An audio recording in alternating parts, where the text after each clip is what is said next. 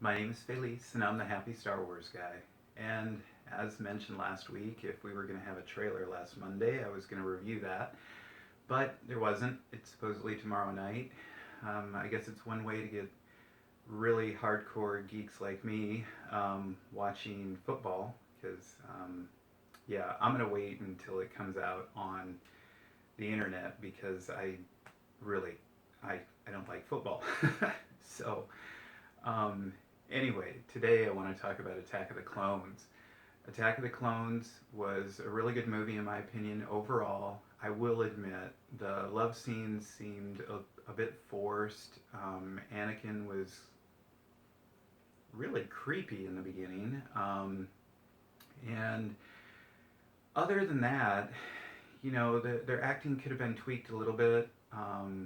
They didn't really own the relationship like Leia and Han did, or even the little bit of spark that Leia and Luke had before they found out they were siblings. Honestly, um, but the good things about Attack of the Clones, I'll never forget watching it in the theater and watching all of these lightsabers go off and the Coliseum scene. And honestly, I think that was one of the coolest scenes in the Star Wars universe in the movies, to have this huge battle between all the Jedi, the clone troopers, or I mean the clone troopers were in there, but I mean the battle droids at first, and the Reek and the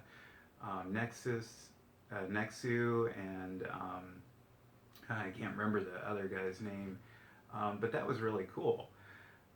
And for the first time, we got to see more than two people wield a lightsaber, and that was really exciting too. So, and then the little nuances, C3PO changing bodies with a, um, a battle droid was entertaining. You have those little clips that just, I don't know, kind of take a really intense scene and kind of give it some humor. So I really appreciated that. And then the backstory to Boba Fett. And I know a lot of people criticize this because Boba Fett is elusive, and learning more about his character just kind of maybe lessens the impact of how awesome Boba Fett is. However, I think it's really cool to see origin stories. I love to see what shapes and develops a character's personality from start to finish. And I think watching the Attack of the Clones, and then watching the character develop in the Clone Wars cartoon um, animated series is really neat. So I enjoyed that. And I really liked that we got to see the Mandalorian kind of lore integrated into the clones. That was really interesting for me as well.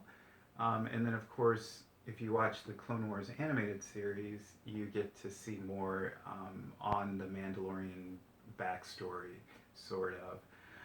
In fact, wouldn't be surprised if we don't see a little glimpse of Mandalorian in Rise of Skywalker, just because of the the seeming origin of where Kylo Ren gets his inspiration, as far as his path to the dark side. But that's an idea, and I'm not gonna really stick too much to that. It's just a wild idea.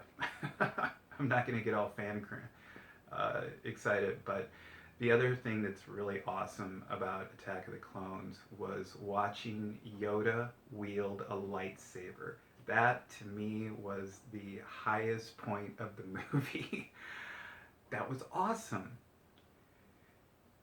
You've only seen Yoda to this point, this frail, fragile old Jedi Master, just walking along with his cane or hovering on a little craft, and then you see him drop the cane, whip out a lightsaber, and be as spry as a teenager wielding that thing, fighting Count Dooku.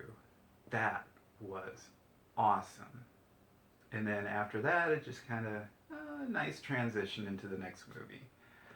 So those were the highlights of Attack of the Clone Wars. I couldn't honestly think of any others that really stuck out at me. Um, I did think it was interesting that they chose to make Jar Jar Binks a senator. Um, but other than that, it was really a great movie. I've uh, continued to support and enjoy all of the movies. And I tell people I still can't quite figure out what is my favorite. So, with that being said, have a great day. Thanks for tuning in. And please don't forget, if you haven't, to like and subscribe. And if you haven't, share with another fellow Star Wars nerd, geek like me. And may the Force be with you. Thanks.